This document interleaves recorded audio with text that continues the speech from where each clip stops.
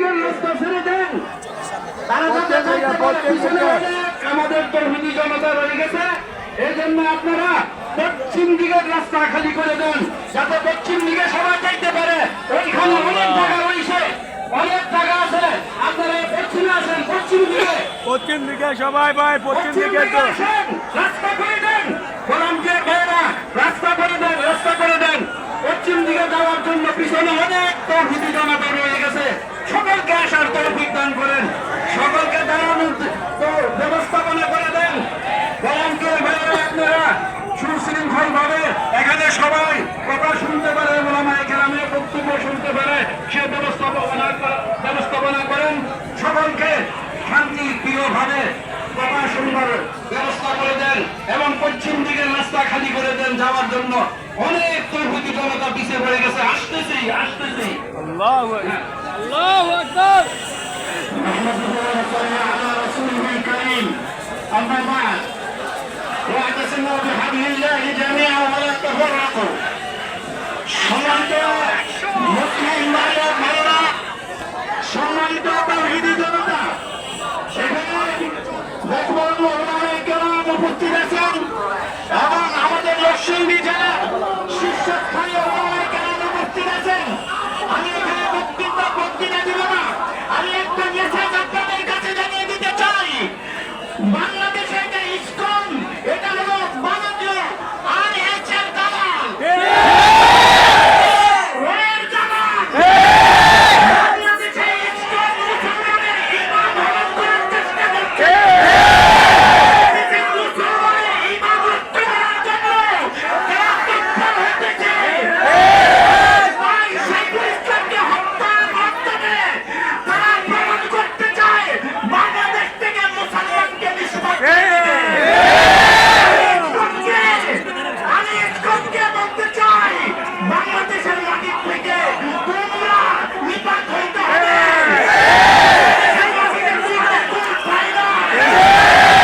আপনাদেরকে থাকতে দিবে না।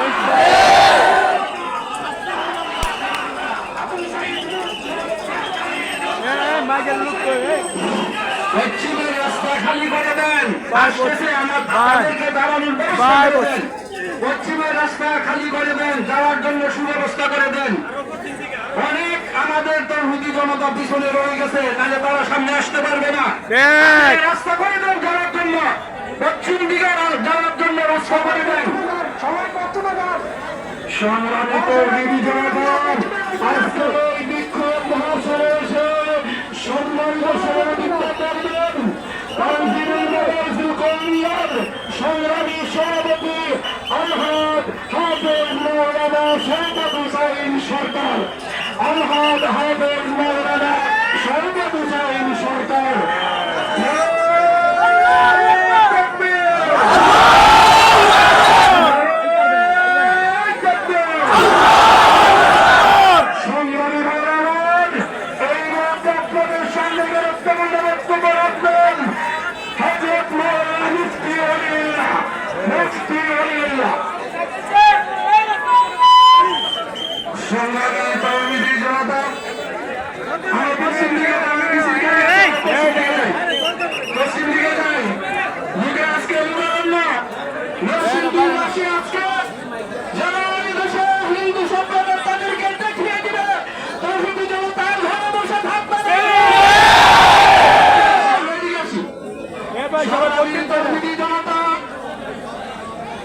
আপনারা লক্ষ্য করেছেন 5ই আগস্টের পরে এদেশের তৌহিদি জনতা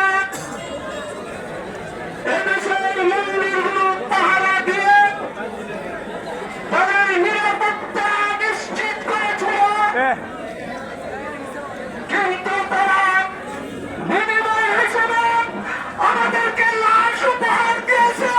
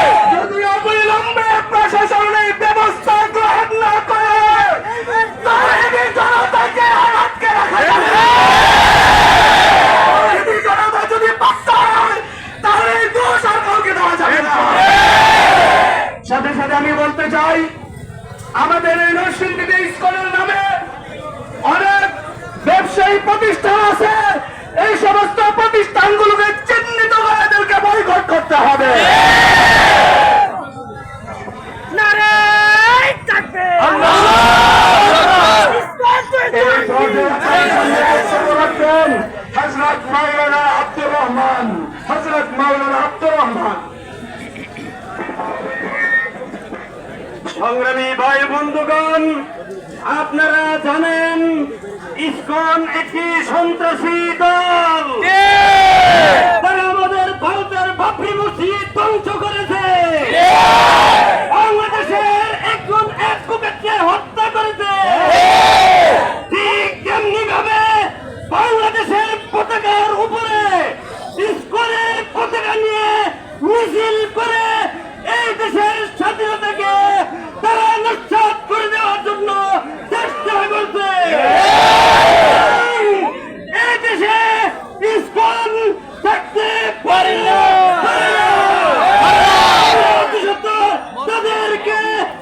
তাদেরকে নিষিদ্ধ ঘোষণা চাই। আপনাদের সামনে বক্তব্য রাখবেন 1 মিনিট হযরত মাওলানা সলিমুল্লাহ পীর।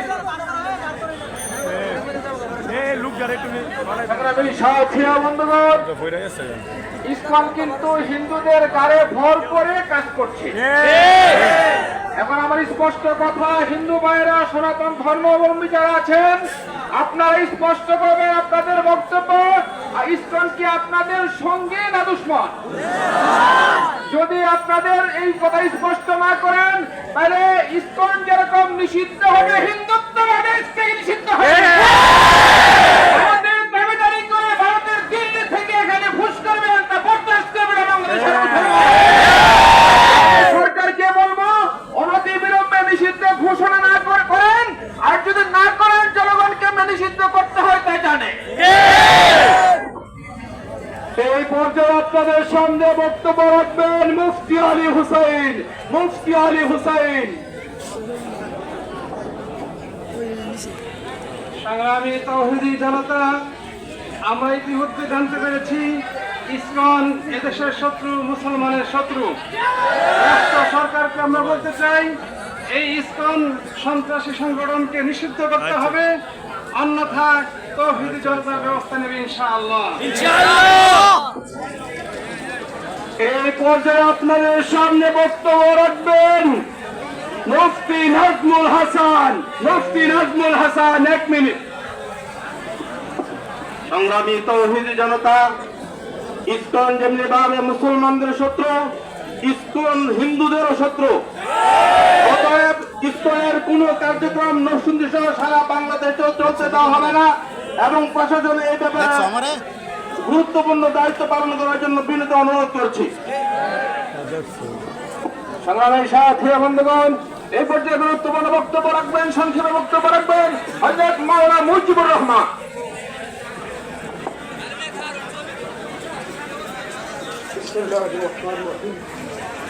আমরা প্রথমেই সাধুবাদ জানাচ্ছি বাংলাদেশ হিন্দু বৌদ্ধ খ্রিস্টান ঐক্য পরিষদ।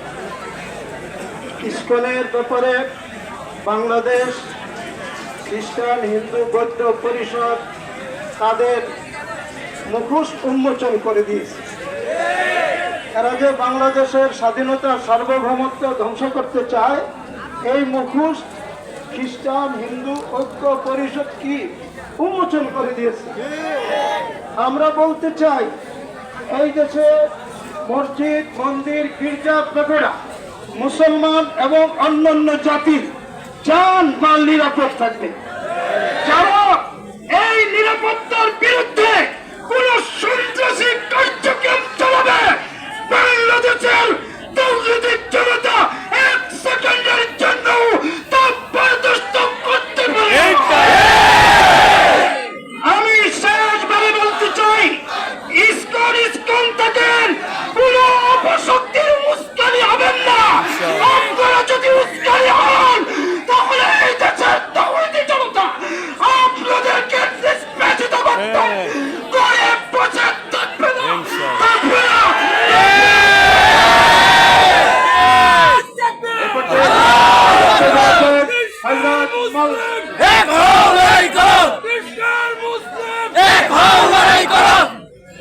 সংগ্রামী সাথী বন্ধুগণ, এই প্রতিবাদ মিছিলে এখন গুরুত্বপূর্ণ বক্তব্য পেশ করবেন নরসিংদীর বিশিষ্ট আলেম দ্বীন হযরত মাওলানা মুফতি সফিউল্লাহ সাহেব, হযরত মাওলানা মুফতি সফিউল্লাহ সাহেব।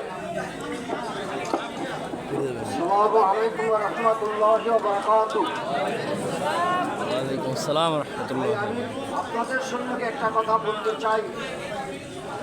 আমরা বিগত 15 থেকে 16 বছর এই দেশের মুসলমান আমরা ভাড়া দিয়েছিলাম, আর এই দেশের হিন্দুরা ছিল বাড়িওয়ালা। আল্লাহ তাবারক ওয়া তাআলা আমাদের একজন ভাইয়ের রক্তের বিনিময়ে আমাদের এই নির্যাতনকে প্রতিহত করার জন্য সমস্ত তৌহিদি জনতাকে আল্লাহ তৌফিক দান করেছেন। এজন্য আল্লাহর দরবারে শুকরিয়া, আলহামদুলিল্লাহ। আমাদের এই জাগরণে আমাদের অস্তিত্ব ইনশাআল্লাহ তাআলা কিয়ামত পর্যন্ত এই জমিনে টিকে থাকবে ইনশাআল্লাহ। একটা কথা বলে আমি শেষ করতে চাই। এই অ্যাডভোকেট সাহেবকে হত্যা করা হয়েছে, তার মাত্র 2 বছরের একটা ছেলে আছে। এই ছেলেটা যখন বড় হবে, যখন আপনার বাংলার মানুষের মুসলমানদের কাছে জিজ্ঞাসা করবে আমার বাবা কোথায়, আমার বাবা কোথায়, আমার বাবা কোথায়, যখন এই বাক্যটা এই ছোট একটা শিশু যখন বড় হয়ে আমাদের সামনে এই মুসলমানদের সামনে প্রশ্ন রাখবে, তখন আমাদের কি জবাব হবে? ওই জবাবের উত্তর দেওয়ার জন্য আজকে আমরা এখানে সমবেত হয়েছি। আমরা এ কথাই বলবো, ওই বাচ্চাকে জবাব দিব যে আমরা তোমার আব্বার এই শহীদের বিনিময়ে আমরা তাদেরকে দৃষ্টান্তমূলক সাজার ব্যবস্থা করেছি এবং তাদেরকে ফাঁসির কষ্টে ঝুলাইয়ে আমরা জগৎবাসীকে দেখাই দিয়েছি যে আমরা মুসলমান যে এক প্ল্যাটফর্মের তোমার আব্বার শাহাদাতের পথে আমরা দুনিয়া থেকে গিয়েছি।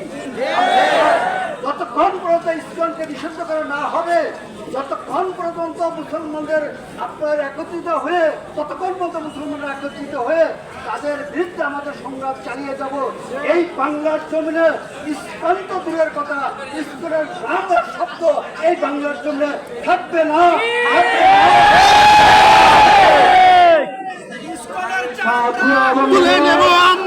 আপনারা জানেন ইসকন অবশ্যই একটা সন্ত্রাসী সংগঠন।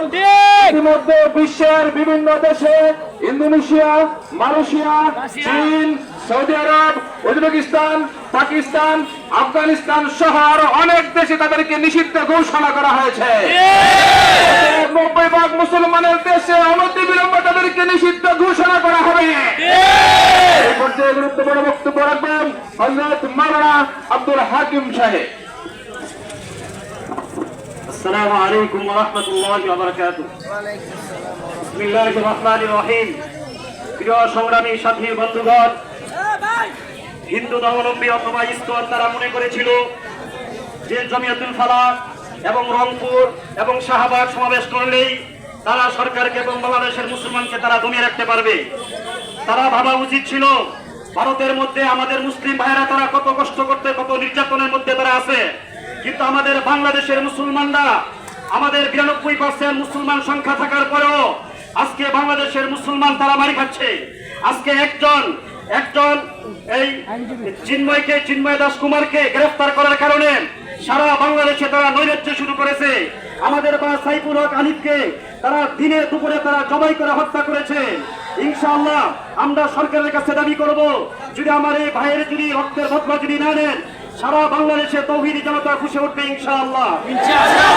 নরসিংদীর সনাতন ধর্মী, হিন্দু ধর্মী এবং ইসকনদেরকে বলতে চাই, শুধু দেখো আমাদের নরসিংদী তানজিমুল মাদারিসুল কওমিয়া নরসিংদীর সভাপতি এবং নেতৃত্ব তানজিমের পক্ষ থেকে শুধু নরসিংদী শহরে শুধু আহ্বান করার ফলে তৌহিদি জনতা যেভাবে আজকে ফুসে উঠেছে, যদি সারা নরসিংদী জেলাব্যাপী যদি ঘোষণা যদি করা হয়, তাহলে দেখবা নরসিংদীর অলিগলি কোনো জায়গায় দেখবা লোকে লোকান্য হয়ে যাবে। ইনশাআল্লাহ তোমাদের এই নরসিংদীর মাটিতে জায়গা হবে না। সংগ্রামী সাথী বন্ধুগণ, এই পর্যায়ে আমাদের সামনে গুরুত্বপূর্ণ বক্তব্য পেশ করবেন নরসিংদী বাজার কেন্দ্রীয় জামিয়া মসজিদের সম্মানিত খতিব, নরসিংদী জেলা ইমাম পরিষদের সংগ্রামী সভাপতি হযরত মাওলানা মুফতি আলী আহমদ হুসাইনি। হযরত মাওলানা মুফতি আলী আহমদ হুসাইনি। ইসকনের আস্তানা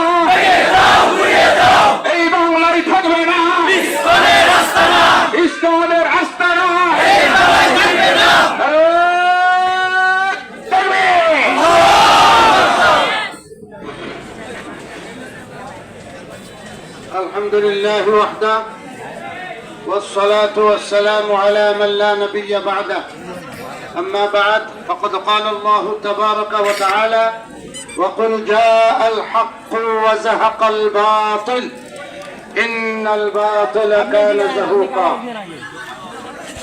تنظيم المدارس القومية উদ্যোগে আয়োজিত আজকের এই প্রতিবাদ মিছিলের সংগ্রামী সভাপতি আলহাজ হযরত মাওলানা হাফেজ শওকত হোসেন সরকার হাফিজাহুল্লাহ, উপস্থিত হযরত উলামায়ে কেরাম, উপস্থিত তৌহিদি জনতা, আমরা উলামায়ে কেরাম আজ থেকে 20 বছর 25 বছর আগে এই দেশের জাতিকে আমরা সতর্ক করেছিলাম যে এই সংগঠন জঙ্গি সংগঠন,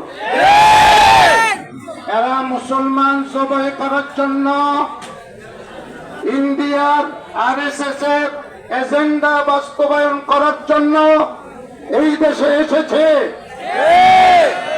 সেই সময় আমাদের কথা সকলেই কান দেয় নাই। হাজীপুর যখন তার আস্তানা গড়তে ছিল, বাজার মসজিদের মুসল্লিদের নেতৃত্বে প্রতিবাদ করার কারণে সেখানে আস্তানা আর গড়তে পারে নাই। কিন্তু এই দেশের শত্রু, ইসলামের শত্রু, এই দেশের কিছু কুলাঙ্গার, তাদের সহযোগিতায় তারা এই হাজীপুর ব্রিজের বাম পাশে তারা আস্তানা তৈরি করেছে এবং নদী, সরকারি নদী দখল করে তারা আস্তানা তৈরি করেছে। এই আস্তানা নরসিংদীতে থাকতে দেওয়া হবে।